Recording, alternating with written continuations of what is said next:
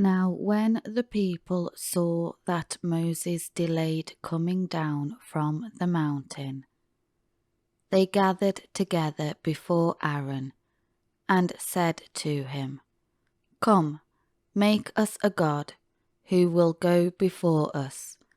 As for this Moses, the man who brought us up from the land of Egypt, we do not know what has become of him."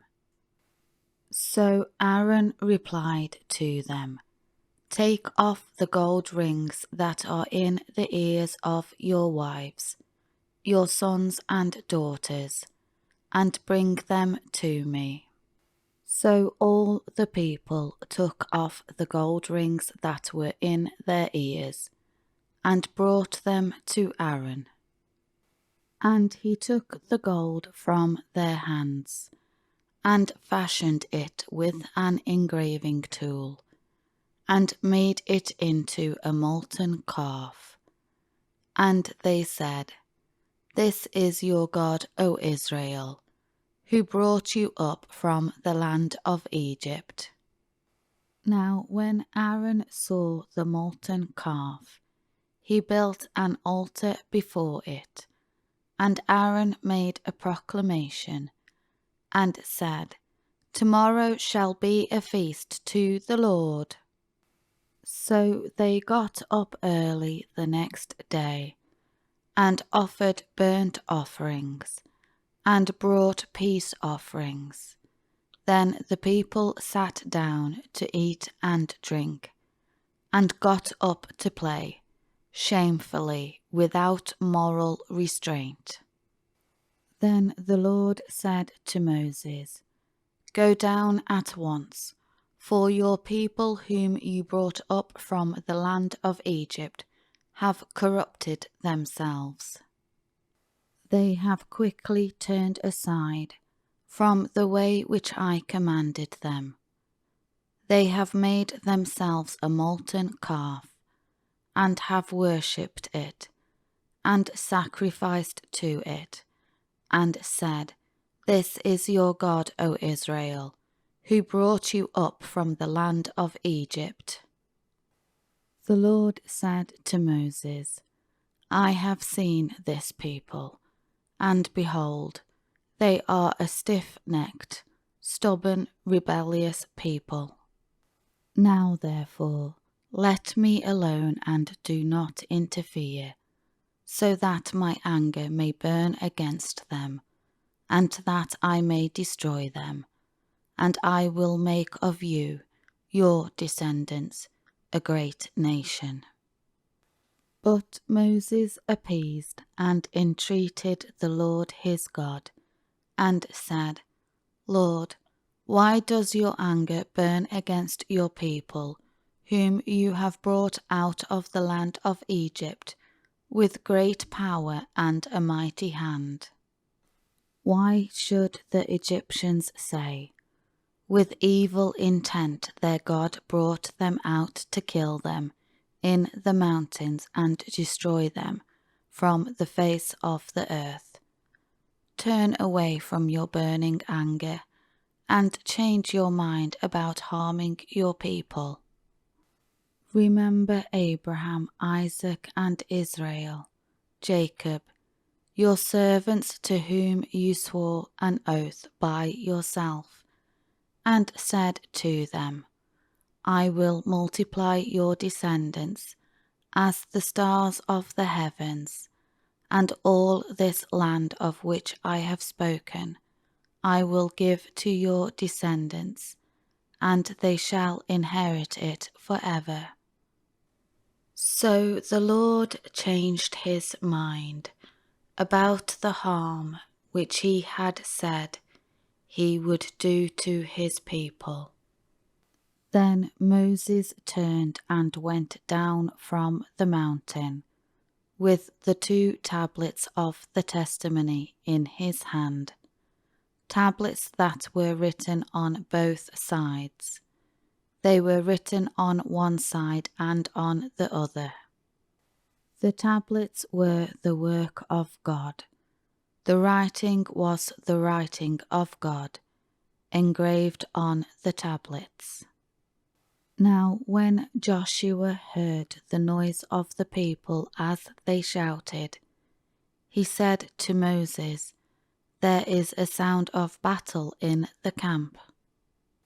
But Moses said, "It is not the sound of the cry of victory, nor is it the sound of the cry of defeat, but I hear the sound of singing."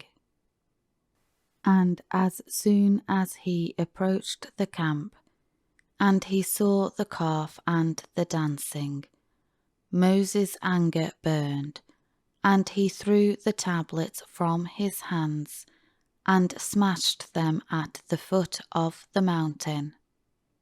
Then Moses took the calf they had made, and burned it in the fire, and ground it to powder, and scattered it on the surface of the water, and made the Israelites drink it. Then Moses said to Aaron, "What did this people do to you, that you have brought so great a sin on them?" Aaron said, "Do not let the anger of my Lord burn. You know the people yourself, that they are prone to evil. For they said to me, 'Make us a god who will go before us.' As for this Moses, the man who brought us out of the land of Egypt, we do not know what has become of him." I said to them, "Let whoever has gold jewelry take it off." So they gave it to me. Then I threw it into the fire, and out came this calf. Now when Moses saw that the people were out of control, for Aaron had let them get out of control, to the point of being an object of mockery among their enemies. Then Moses stood in the gate of the camp and said, "Whoever is on the Lord's side, come to me." And all the sons of Levi, the priestly tribe, gathered together to him. He said to them, "Thus says the Lord God of Israel, every man strap his sword on his thigh, and go back and forth from gate to gate throughout the camp, and every man kill his brother, and every man his friend, and every man his neighbour, all who continue pagan worship." So the sons of Levi did as Moses instructed, and about 3,000 men of the people of Israel were killed that day. Then Moses said to the Levites, "Dedicate yourselves today to the Lord, for each man has been against his own son and his own brother in his attempt to escape execution, so that he may restore and bestow his blessing on you this day." Then the next day Moses said to the people, "You have committed a great sin. Now I will go up to the Lord. Perhaps I can make atonement for your sin." So Moses returned to the Lord and said, "Oh, these people have committed a great sin against you, and have made themselves a god of gold. Yet now, if you will, forgive their sin, and if not, please blot me out of your book, which you have written. Kill me."